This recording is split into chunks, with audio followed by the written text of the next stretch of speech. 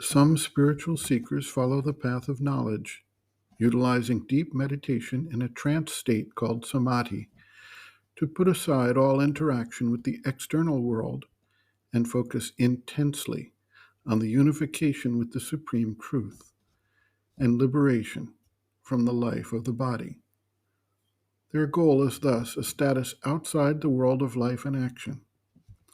For these seekers, the world is an illusion that needs to be overcome so as to provide them with an exit ramp from the world.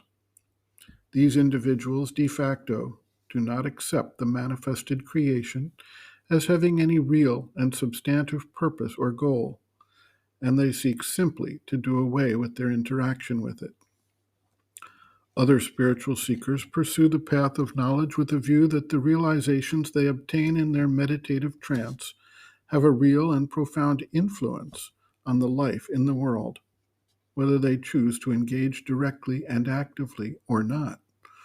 They believe that insights or truths they perceive in meditation will waft across the world and influence people to change their behavior without themselves putting the issue to the test in their own lives and actions. There are numerous examples of individuals who practice deep meditation who come out of their meditation and are either extremely narrow and rigid in their relations with others, or who express anger, lust, greed, or other patterns that contribute to the ongoing difficulties and suffering we see in the world. It is as if the meditation is part of a different aspect or personality that is not connected to their outer life in the world.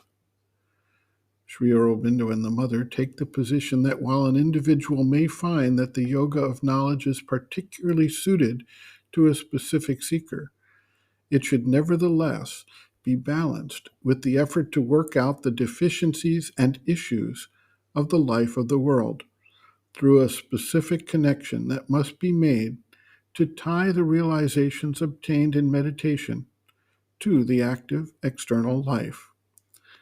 If there is a state of bliss or a state of peace, light, or oneness that permeates their meditative status, then it should be translated into expressing those states and that understanding in the external actions of the seeker.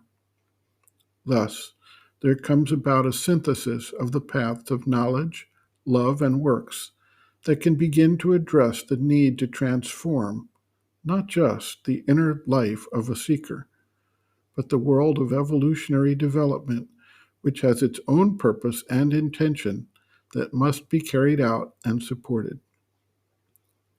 Sri Aurobindo observes in Bases of Yoga, quote, "The disadvantage of trance or samadhi is that trance becomes indispensable and the problem of the waking consciousness is not solved. It remains imperfect." End quote. A disciple inquires, waking consciousness is not solved.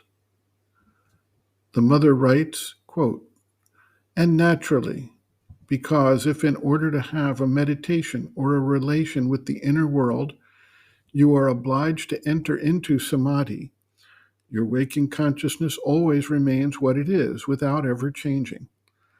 That's what I said in other words, you see, when I said that people have a higher consciousness only in very deep meditation. When they come out of their meditation, they are no better than they were before.